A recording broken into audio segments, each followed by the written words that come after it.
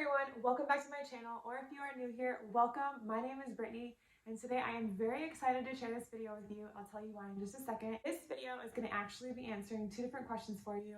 The first one is, how do you know once you've decluttered enough? And the second is, you've decluttered, now what do you do? Today I'm actually going to be collaborating with some of my favorite YouTubers. I am so excited to introduce you to them. And together we've curated this playlist for you called Minimizing in May. And this should help everyone to get acquainted with minimalism and to learn how it can really benefit you and help you achieve your personal goals. I hope that you will check out the playlist after you watch this video. I'm going to link it down in the description below. Also, it's good to know we come from a variety of different backgrounds, places in our lives. So it's a very well-rounded group of individuals that you can learn so much wisdom from. So I highly recommend checking all of them out as soon as you're finished with this video. You will definitely learn a lot. Okay, so the first question, how do you know when you've decluttered enough? I've come up with 6 different ways that you know you've decluttered enough. The first one is when you walk into a room and you are no longer stressed out by the visual aesthetic of the room, then you're in a good place. You feel good about that room. Next is when you are no longer overwhelmed by the amount of time that it takes to maintain a room and the objects in them. Number 3, when you can look around a room and genuinely know that you use every object in that room, or that it has a lot of meaning to you and you value that item a lot. Next, once you have decluttered all of the extras, the doubles, and the just-in-case items, you feel like you are spending the appropriate amount of time resetting each day. And finally, when you are no longer holding on to items out of guilt or obligation, but because you truly want to. I believe that if you are able to achieve all 6 of these things, you've probably got a pretty good handle on decluttering and you may have decluttered enough.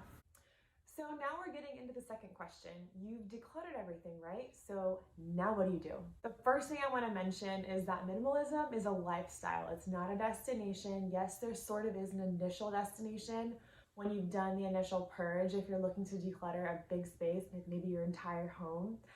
But you do have to maintain it. We're constantly consuming, we're constantly bringing things in. So we do have to maintain this lifestyle. So just be aware of that. The first thing that I would recommend you do after you think you're done decluttering is to just take some time off. Take a week or 2, take a break from decluttering and just live in your home, enjoy it, get a feel for it, for your new aesthetic. And once you've done that for a week or so, you will see if it's comfortable enough for you.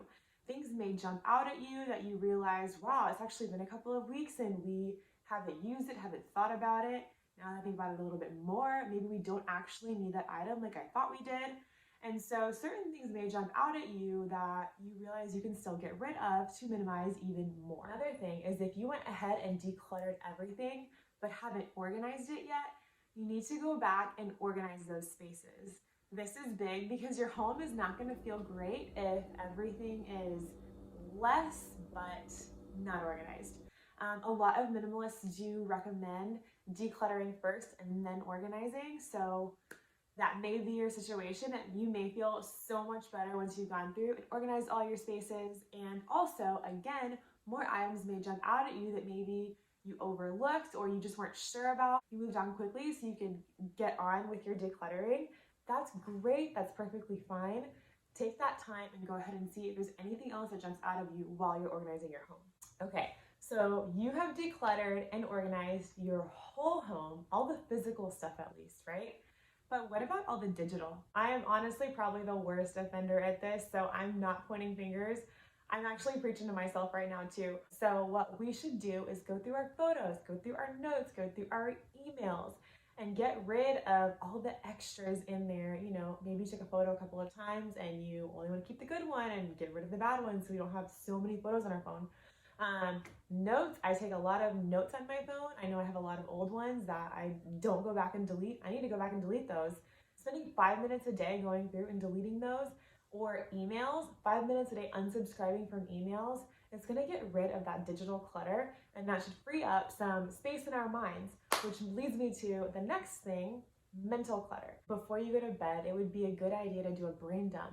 That's where you take a piece of paper or your laptop and just go ahead and write or type out everything that you need to do, everything that's bothering you, just all the to-dos, whether it's immediate or not immediate, And that will help you release all of that stress and anxiety. It will give you confidence that you're not missing anything, and it will give you more peace and confidence that you are doing a good job, and it will hopefully alleviate some of that anxiety for you, and you should definitely sleep better as a result. Next thing that you need to do is to review your goals or maybe set some new ones. Why did you want to try minimalism in the first place? You need to remember what your why was and ask yourself, now that you've minimized your home, are you in a place where you can actually move forward and start achieving these certain goals? People minimize for different reasons. If you minimize because of time, maybe ask yourself, are you in a place now where you can do what you want to do with the amount of time that you have? Or are you still not there yet? And why are you not there yet? Do you need to declutter some more? Do you need to move some things around? Are you able to achieve this goal? Do you have enough time now for the people and the things in your life that are important to you? Next is, do you have any financial goals? Maybe you're trying to pay off your car. Write down what the balance of that car payment is, put it on a piece of paper, put it somewhere where you can see it all the time, and maybe that will help you, in the spirit of minimizing to save money and maybe being frugal, to not shop and buy the things even though we may need them. We may be able to talk ourselves into buying something. Money is the reason why. That's only going to further propel you to be able to actually achieve this goal. Or is it to create less waste in general, to be able to help the environment?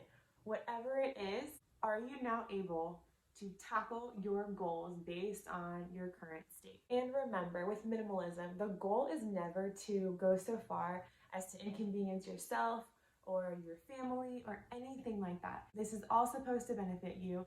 Minimalism looks different for everyone. You don't have to be able to fit everything into a backpack.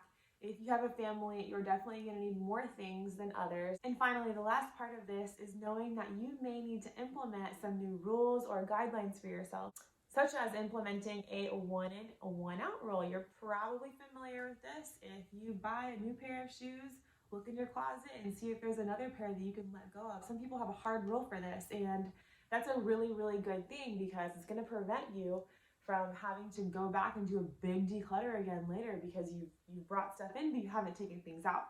This is really going to help reduce that. Maybe you could have a no by month or a no by year if you're focusing more on financial goals. Maybe you need to stop going to the store. Maybe it would be in your best interest to do a service like Instacart or somewhere where someone is bringing your groceries to you so that you're not always going to the store and end up buying way more than you actually planned because you went in and you saw all the pretty things and it was, if that's your weakness, don't go. Another thing is you can remove tempting apps from your phone, maybe like Amazon. If you're really quick to go on Amazon and just buy something, maybe the best thing is just remove it from your phone or any other tempting apps on there that are going to detract you from your goals. And the last thing you may want to do, one day a week, go through your house, do a quick sweep. If anything jumps out to you, even if it's just one thing, honestly, it's probably going to be more than that unless you've been doing this for a while.